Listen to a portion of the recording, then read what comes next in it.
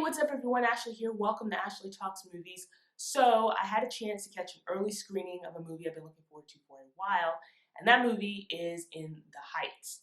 The film is an adaptation of Lin-Manuel Miranda's Broadway musical, and it centers around a young man named Usnavi who has dreams of returning back to the Dominican Republic in order to open up his own little stand. But it also tells the story of a neighborhood in New York that's fading away because of gentrification and other changes. Most of the residents in this neighborhood are Latino, Hispanic, and each of them, not just Usnavi, have their own dreams that they are trying to pursue. Now, before I get into the full review of the film, while I have you here, if you like my channel and you like the videos that I'm posting, hit the subscribe button. I would greatly appreciate it. Also, hit that notification bell so you get notified every time a new video is posted. All right, so on to the review. In the Heights is directed by Jon M, who also did Crazy Rich Asians, which is a film that I really enjoyed. And the story for this film is pretty straightforward. It doesn't really have a ton of surprises, but what really makes this film truly magical and spectacular are the stunning musical numbers, the amazing choreography, the endearing characters, and the overall uplifting message that this film tries to tell. So with this story, you're introduced to a number of characters. There's so many characters in this movie. And the main one is Usnavi, who's played by Anthony Ramos. And Anthony Ramos does such an amazing job in the lead here. He's so charismatic as Usnavi, such an endearing character, and you're really rooting for him. And he, like I said, does such an amazing job, not just in the dramatic moments of the film, but also with the musical numbers, the rapping, the singing. He does such an amazing job. So it's not just a story about Usnavi. You get to see how these other characters are being affected by the changes, not only in their neighborhood, but also what's going on in society. And so you have Nina, who's the first in her family to go to college, and the pressure that she's facing from that, and how college wasn't quite what she expected, and how she doesn't want to be a disappointment to her family, and also how she doesn't want to be a disappointment to her neighborhood, because everyone is like rooting for her, and she's the one that made it. And then you have character Vanessa, who dreams of being a fashion designer and the obstacles that she's facing in pursuit of that dream. You have a character named Benny, who's kind of a love interest for Nina. There's also the character of Sonny, who is Usnavi's cousin. He delivers some of the funniest moments in this film. And he has his own dreams.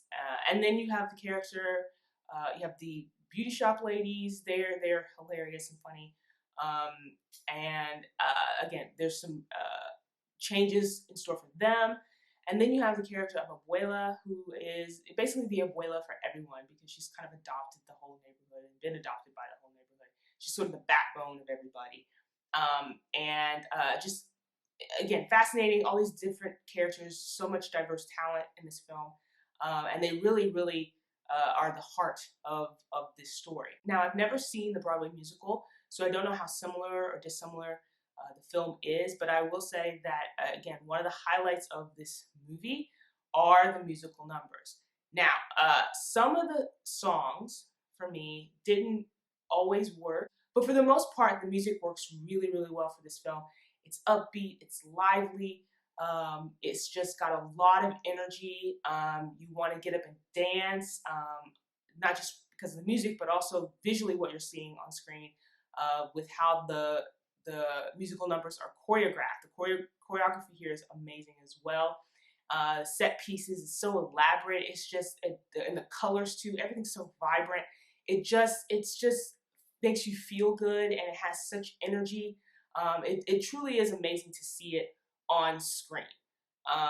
To see it all visually, it's stunning. And this film has a really important message. It's about community. It's about finding one's place in that community. It's about figuring out who you are, and it's about dreams and like pursuing those dreams, never giving up on those dreams. There's so much going on in this movie, but I think it works pretty well just because of, again, how it's presented with the music and the characters, and you really get a sense of community and family watching this, and like I said, the music and the choreography and the characters is just all together make such a fun, heartfelt, wonderful cinematic experience. As much as I loved In the Heights, it's not a perfect film, and that's totally fine. It is, at least for me, it felt like a very, very long movie. I don't know if it's the same length as the Broadway musical. It might be. I don't know. But if it is, I mean, the Broadway musical is going to have like an intermission and things like that. With the film, you're not going to have that. So I feel like the film was longer than it needed to be. It dragged in a couple of places. There were some pacing issues here and there, transitioning from certain musical numbers to the next musical number. But again, the music that's in this film, the characters are interesting. There's humor.